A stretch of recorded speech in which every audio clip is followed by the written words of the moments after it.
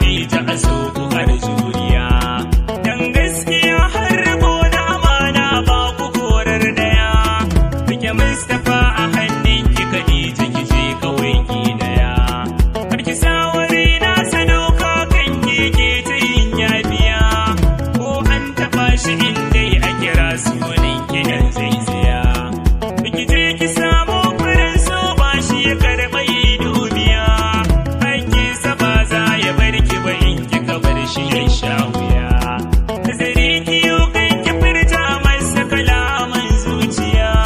Mustapha sami irin ka so tabbas akan sha wuya.